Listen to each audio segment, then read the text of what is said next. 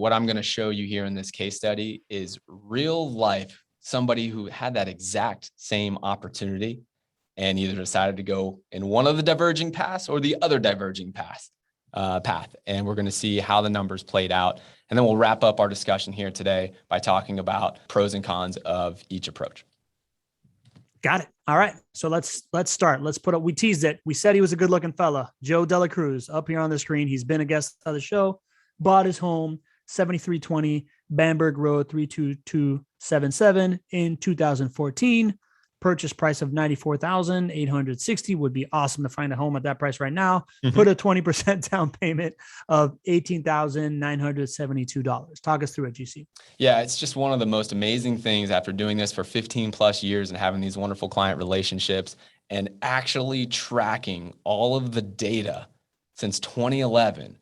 It's not an enigma. It's not just that we're going to be able to share ideas from an ivory tower or take industry averages or whatnot. We're going to look at this real life example of Joe's property, which he purchased in 2014 when the market was going up in 2015 and 2016. And then we're going to be able to look and say, well, what was the right move for Joe? So it's a great segue here to looking at this report. This client ROI, this is a part of Joe's client ROI report, which is available to every JWB client, and that no other turnkey provider in the country that I'm aware of has this type of reporting. And what we do every single month is we look at what is your return on investment, what's your net rental income, what's your tax savings, your principal pay down, your total return on investment.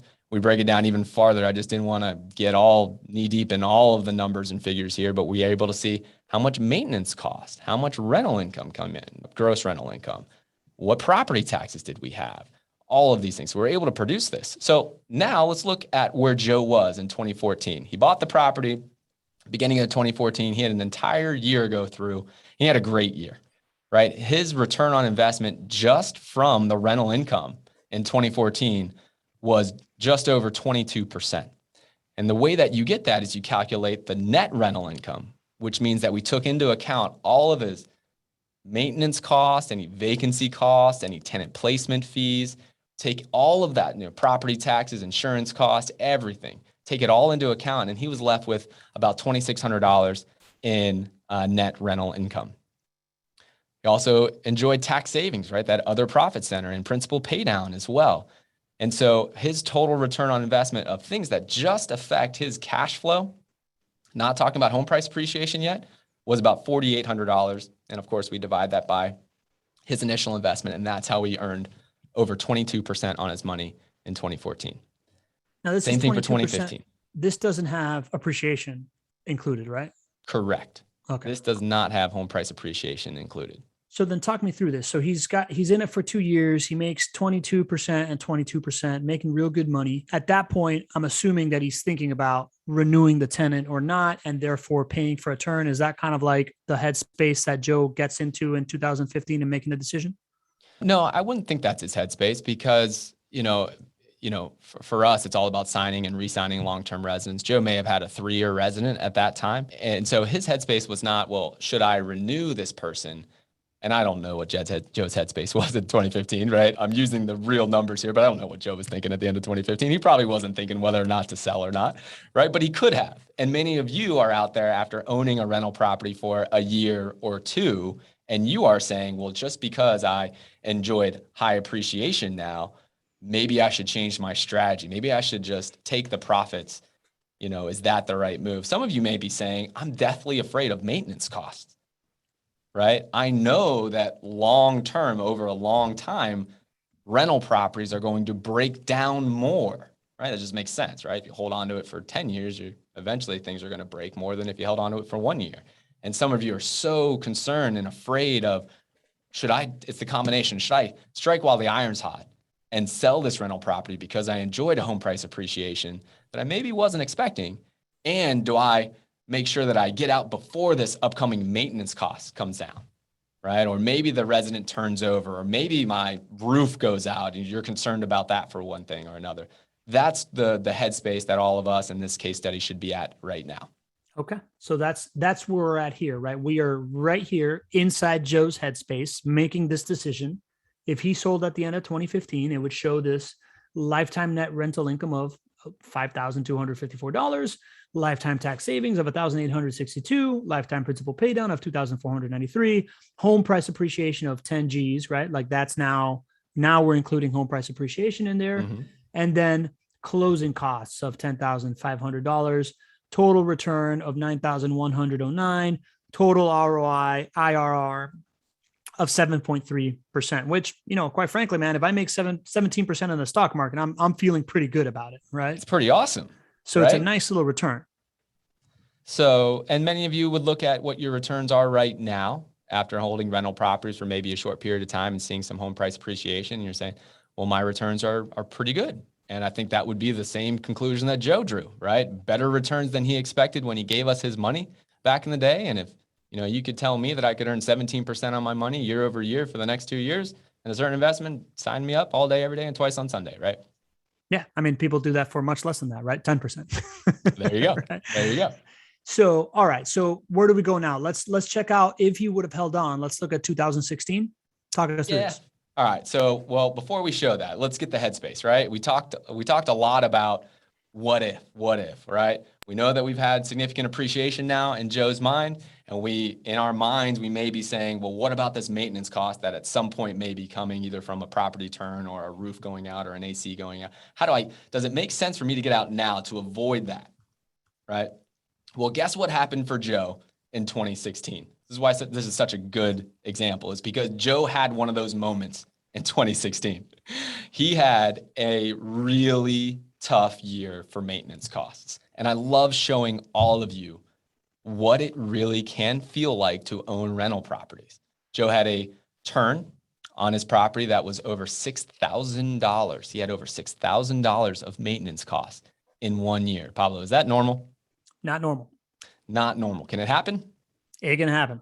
It can happen, right? And it happened for Joe in 2016. The first year in this fictitious situation that we're talking about, the first year that after he made the decision to hold on in this example. So let's take a look at what the numbers show us. Let's take a look-see here. So here you can see 2014, 2015, rockstar years, 2016, negative 15% annualized return on investment. Again, this isn't taking into account home price appreciation. This is just from the things that affect his cash flow, right? But you can see that we had some splaining to do, right? We had some splaining to do. You have some splaining to do. Joe was not happy. We were not happy. But again, this all starts with proper expectation setting with Joe on the way in. He was prepared to handle things like this. And, we just had a large turn. So his gross rental income went down. You can see it was 12 or 13,000 the year before, and it was 9,500. Why did that happen, Pablo? Vacancy, right? Less a couple of months without rent. Yeah. This is a tough situation. It's a longer vacancy than we normally would have, right? I love showing you guys this real information. This is what it's really like to own a portfolio of rental properties. This will happen at some point. And of course, there will be a lot of other examples, just like 2014, 2015 for forever. But it's good for you to be able to take the highs and the lows. Maintenance expense over $6,000, negative 15% return on investment. Joe continued to follow the strategy of buy and hold for a full market cycle. All right. He continues to hold, as it says here in this headline. So fast forward to 2021. I put the numbers for real time today, how it would shake out, because Joe, who experienced 2 great years and significant home price appreciation after those 2 years, continued to hold, maybe was concerned about the big maintenance cost that might come down the pike, was hit with it right in the next year, and then continued to hold all the way through 2021, which is now, 7 years of home ownership. How has it played out? And what you're seeing is the value of all of these profit centers continues to get better and better with time. Net rental income now on that property has gone all the way up to $12,000, right? Remember, we started at $5,000 after 2 years. We then lost 6, and then we came back, right? So significant rental income. And you know why that is, right? We get long-term residents. Generally, they stay 4.5 years on average. And that was Joe's experience right after 2016. Since 2016, when that new resident came in, through today, it's been one resident, and the returns have been very similar to 2014 and 2015. So 12 grand of net rental income, $9,000 of tax savings. You know, this profit center continues to get better and better over time as well, because as your rents continue to go up and you have that income coming in, higher income, the amount that you're able to offset with the write-offs from depreciation, that's the amount of income you're able to offset. And when you start, you don't have enough income coming in to offset the full depreciation. But as you continue to get more and more income over time, as your rents go up, because it's a hedge against inflation, you're able to write off the full amount. Well, there you go, $9,000 in tax savings. That tax savings profit center continues to get better and better over time as well. Principal pay down also gets better and better over time. Pablo, have you ever looked at the amortization schedule of your loan? No. I don't know. If you're bored on a Friday night and you want to sit down with Martha and have a good time, I mean, I'd say it's probably a good thing to do. I mean, just that's what I do. But no, if you're looking at amortization schedules, right, the amount of principal pay down in your first year that your resident is paying off for you is less than the amount in your second year. And that's less than the amount in your third year. The longer you hold on and the longer your resident pays that loan off for you, the higher the incremental gain of principal pay down. Again, your profit centers get better and better with time. Has home price appreciation gotten better with time since Joe has continued to hold? Oh, yeah. Yeah. So that $10,000 of home price appreciation is now $70,000 of home price appreciation. And as we expected, that is the most significant contributor to his overall return on investment. You can see it here. Again, if you're not paying attention to home price appreciation along with the other profit centers, you're missing the boat. What if Joe just didn't even think about the other 5 profits? What if he only made decisions and only wanted to earn his returns on net rental income? Do you think he would have made a mistake in buying in Jacksonville with JWB in 2014? He might have gone to some other market, right? Correct. Yeah. Or some other team he didn't focus on maximizing all 5 profit centers. But there's one thing I want to point out here: closing costs, commissions, and et cetera, right? The market value of Joe's property right now is $165,000. So the closing costs, commissions, et cetera, easy way to just take into account the illiquidity and the costliness of selling an asset. Just take 10% off the cost. Take 10% off the sales price. You're going to give that back when you go to sell your property, right? 6% for a realtor, 2% for your holding costs, 2% for your selling costs and your closing costs and all that good stuff. Just 10% right off the bat. So you're given $16,500 back when you go to sell. You know, I'm assuming he sold this year. Think about the impact if you only held the property for 2 years, right? This is why when we talk to clients, we want to make sure that you're committed to a buy and hold strategy. It's not for any other reason other than to set you up for success. Because even if you get significantly higher appreciation in the first 2 years than you were expecting, your properties are going to be priced at, you know, 165, 200, 250,000. You're going to give $15,000, $20,000, $25,000 back just in disposing of the asset, right? So that's why this buy and hold continues to get better and better over time. The impact of closing costs, commissions, et cetera, becomes less and less the longer you hold on to the asset. Many people miss that.